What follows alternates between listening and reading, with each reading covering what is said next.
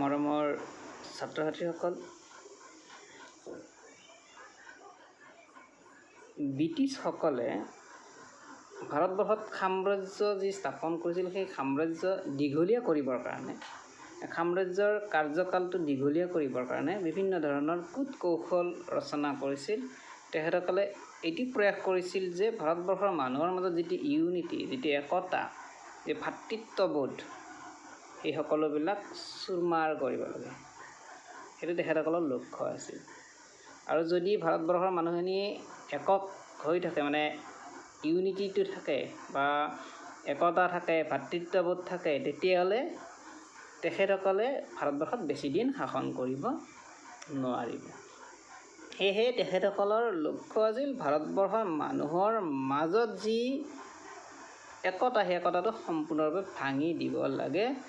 আৰু তাৰ লক্ষ্যটো লৈ তাৰ অন্তৰাত তেখেতসকলে ভাৰতবৰ্ষত থকা বিভিন্ন জাতি ধৰ্মৰ মানুহবিলাকক প্ৰত্যেককে ইটোৰ বিৰুদ্ধে আনটোক উচতাই ভাৰতবৰ্ষৰ যি একতা সম্প্ৰীতি ভাৱ এইটো নাইকিয়া কৰাৰ চেষ্টা কৰিছে। তেতিয়া ভাৰতবৰ্ষত হিন্দু ধৰ্মৰ লোক আৰু ইছলাম ধৰ্মৰ লোক, এই দুই ধৰ্মৰ লোক বেছি সংখ্যক আছিল। সেয়ে তেখেতসকলে ভাবি লৈছিল যে এই দুই ধৰ্মৰ মাজত যদি আমি সম্প্ৰীতিৰ এনাজৰীডাল নাইকিয়া কৰি দিব পাৰোঁ, তেতিয়া আমাৰ সাম্ৰাজ্যবাদৰ যি নীতি, সাম্ৰাজ্যবাদ কি থাকিব? অক্ষুণ্ণ থাকিব। সেয়ে তেখেতসকলে ইয়াক কাৰ্যকৰী কৰিবৰ কাৰণে বংগ ভংগ কৰি দিবলৈ ওলাইছিল, বংগৰ দুটা ভাগ কৰিবলৈ ওলাইছিল। এই বংগ ভংগৰ উদ্দেশ্যটো আছিল যে ভাৰতবৰ্ষত থকা হিন্দু আৰু মুছলমান মানুহৰ মাজত ভেদাভেদ সৃষ্টি কৰা। আৰু এই ভেদাভেদ হ'ব তেখেতসকলৰ সাম্ৰাজ্যবাদ দীঘলীয়া কৰাৰ এটা চোকা অস্ত্ৰ। এই চোকা অস্ত্ৰটোৱেই হৈছে বংগ ভংগ। সেই সময়ত বুধিয়ক মানুহজন আছিল লৰ্ড কাৰ্জন। তেখেতে কি কৰিছিল? বংগ ভংগটোক যাতে সমৰ্থন কৰে, যাতে বংগ ভংগক জনসাধাৰণে সমৰ্থন কৰে, তাৰ কাৰণে তেখেতে কিছুমান কাৰ্যসূচী গ্ৰহণ কৰিছিল। তেখেতে জনমত গঢ়ি তুলিবৰ চেষ্টা কৰিছিল। আৰু সেই উদ্দেশ্যে 1904 খ্ৰীষ্টাব্দত ফেব্ৰুৱাৰী মাহত তেখেতে পূৰ্ব বংগ ভ্ৰমণ কৰিছিল। পূৰ্ব বংগ ভ্ৰমণ কৰাৰ উদ্দেশ্য আছিল যে জনসাধাৰণক বংগ বিভাজনৰ সপক্ষে লৈ অহা। আৰু পূৰ্ব বংগত সেই সময়ত আছিল মুছলমান লোকসকল। তেখেতে মিটিং কৰিছিল ঢাকা, মৈমনসিং, চট্টগ্ৰাম আদি ঠাইত বিশাল বিশাল জনসভা আয়োজন কৰিছিল। আৰু তাত তেখেতে হিন্দুৰ বিপক্ষে বিষাদগাৰ কিছুমান উপস্থাপন কৰিছিল আৰু হিন্দুৰ বিপক্ষে মুছলমানসকলক সজাগ হ'বলৈ আহ্বান জনাইছিল। আৰু তেখেতসকলে যদি সেনেকুৱা নকৰে, তাৰ ফলত তেখেতসকলৰ মুছলমান জাতিক হিন্দুসকলে নানা অত্যাচাৰ কৰিব, এনেকুৱা বিভিন্ন ধৰণৰ কথা সিহঁতৰ মগজুত সোমাই দিবলৈ চেষ্টা কৰিছিল। অৰ্থাৎ এই সময়ত জনসাধাৰণৰ মনত, মুছলমান ৰাইজৰ মাজত এই কাৰ্জনে বিভেদকামী কিছুমান নীতি সোমাই দিবলৈ চেষ্টা কৰিছিল। আৰু তাৰ বিনিময়ত তেখেতে যথেষ্ট পইচা খৰচ কৰিছিল সেই সভাত। আৰু সেই ফেব্ৰুৱাৰী মাহৰে 18 তাৰিখে 1904 চনত ঢাকাত এখন বিশাল জনসভা আয়োজন কৰিছিল। আৰু তাত গোটেই পূৰ্ববংগৰ যি ইছলাম ধৰ্মীয় লোকসকলক আমন্ত্ৰণ জনাইছিল। আৰু তেখেতসকলক কৈছিল যে মাৰ বান্ধি থিয় হওক। কাৰ বিৰুদ্ধে? হিন্দুসকলৰ বিৰুদ্ধে। নহ'লে আপোনালোকৰ অধিকাৰ, আপোনালোকৰ ৰাজনৈতিক অধিকাৰ, সামাজিক অধিকাৰ, সকলো ধৰ্মীয় অধিকাৰ বা আন সকলোবিলাক আপোনালোকৰ নষ্ট কৰিব। সেই সময়ত ঢাকাৰ নবাব আছিল ছালিম উল্লাহ খান। এই ছালিম উল্লাহ খানক অস্ত্ৰ হিচাপে তেখেতে ব্যৱহাৰ কৰিছিল।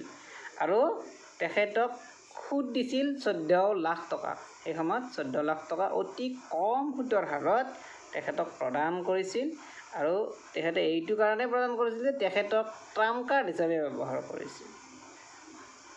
আৰু ইছলাম ধৰ্মীয় যি ভূস্বামীসকল, যি মাটিৰ মালিকসকল আছে, সেই ভূস্বামীসকলক বিশেষ কিছুমান সুবিধা প্ৰদান কৰাৰ প্ৰতিশ্ৰুতি দিছিল যে আপোনালোকৰ যি মাটি আছে তাত আমাৰ ইংৰাজ চৰকাৰক আপোনালোকে খাজানা কমকৈ দিব লাগিব, বিভিন্ন ধৰণৰ তেখেতে প্ৰতিশ্ৰুতি প্ৰদান কৰিছিল।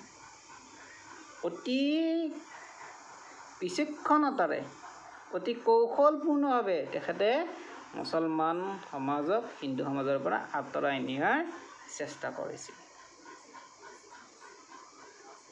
ভালেসংখ্যক মুছলমান নেতাই চৰকাৰৰ এই যি বংগভংগ পৰিকল্পনা, এই বংগভংগ পৰিকল্পনা ভালেমান মুছলমান নেতাই স্বীকাৰ কৰিছিল, মানে সপক্ষে মতামত দিছিল। আৰু তেখেতসকলে লৰ্ড কাৰ্জনৰ সেই কৌশলগত কামত, কাৰ্যসূচীত তেখেতসকলক ভৰি দিবলৈ বাধ্য হৈছিল। আৰু তেখেতসকলে কাৰ্জনৰ নীতিক বিশ্বাস কৰিছিল। তেখেতসকলে ভাবিছিল যে কাৰ্জন তেখেতসকলৰ হিতৰ বাবে, কাৰ্জনে মুছলমানসকলৰ হিতৰ বাবে এইবিলাক কৰিছে। সেয়ে তেখেতসকলে পূৰ্ববংগ আৰু অসম নামৰ প্ৰদেশৰ জৰিয়তে মুছলমানসকলৰ বহুদিনীয়া আশা প্ৰত্যাশা পূৰ্ণ হ'ব বুলি ভাবি লৈছিল আৰু নিজকে আত্মপ্ৰতিষ্ঠা লাভৰ বাসনাত মুছলমানসকল তেখেতৰ যি পৰিকল্পনা বংগভংগ, এই বংগভংগত সমৰ্থন কৰিবলৈ আগবাঢ়িছিল আৰু সমৰ্থনো দিছিল।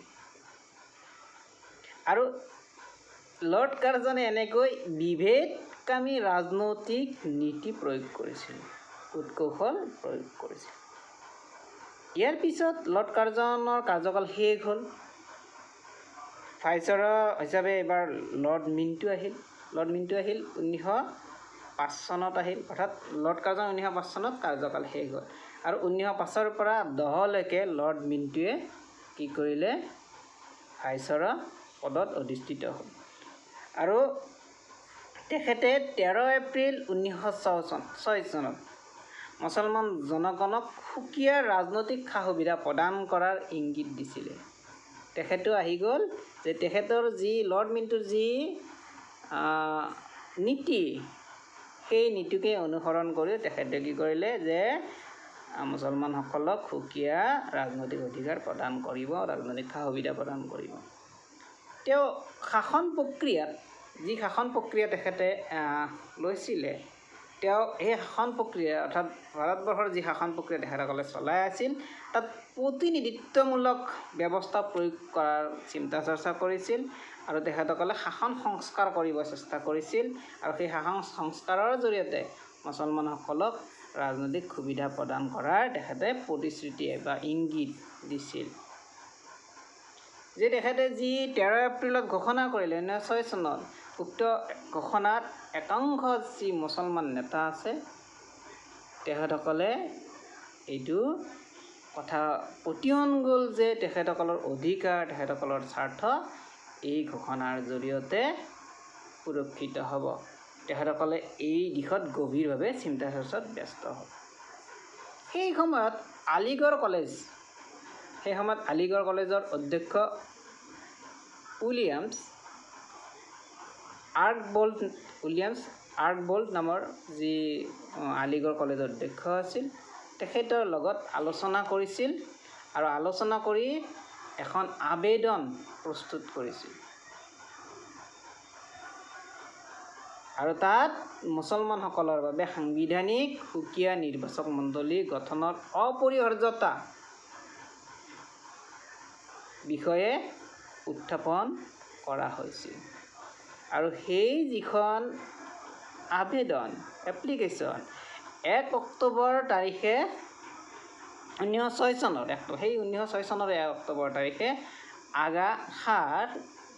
আগা খানৰ নেতৃত্বত, তেখেতৰ লিডাৰশ্বিপত 35জনীয়া এটা সহজাতীয় দলে চিমলাত উপস্থিত হৈছিল লৰ্ড মিণ্টোক লগ কৰিব।